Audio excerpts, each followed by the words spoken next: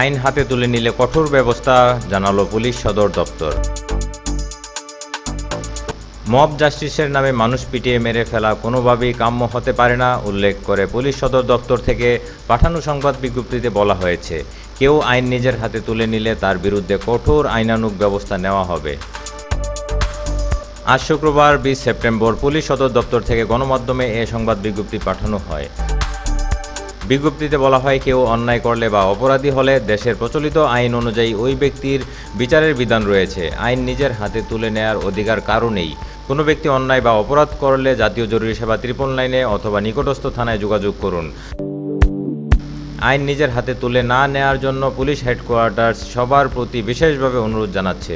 Mob justice বা গণপিটুনির মতো ঘটনার পুনরাবৃত্তি রোধে পুলিশ হেডকোয়ার্টার্স দেশের সব সচেতন নাগরিকের সহযোগিতা কামনা করছে।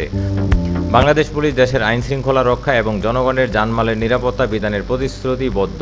গত বুধবার ঢাকা ও জাহাঙ্গীরনগর বিশ্ববিদ্যালয়ে একই দিনে দুজনকে পিটিয়ে হত্যা করা হয়।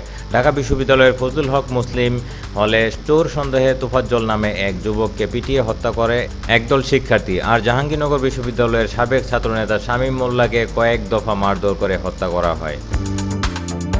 অপরদিকে খাগড়াছড়িতে চুরির অপরাধে মামুন নামের এক যুবককে পিটিয়ে হত্যা করা হয়। গত 7 সেপ্টেম্বর রাজশাহী বিশ্ববিদ্যালয়ে ছাত্রলীগের সাবেক নেতা আবদুল্লাহ আল মাসুদকে পিটিয়ে হত্যা করা হয়। এসব হত্যাকাণ্ডের ঘটনায় দেশজুড়ে তীব্র অসন্তোষ ও ক্ষোভের সৃষ্টি হয়েছে। তো এই ছিল সংবাদ। পরবর্তী আপডেট পেতে চ্যানেলটি সাবস্ক্রাইব করে সঙ্গে থাকুন। বিদায় নিচ্ছি। আল্লাহ হাফেজ।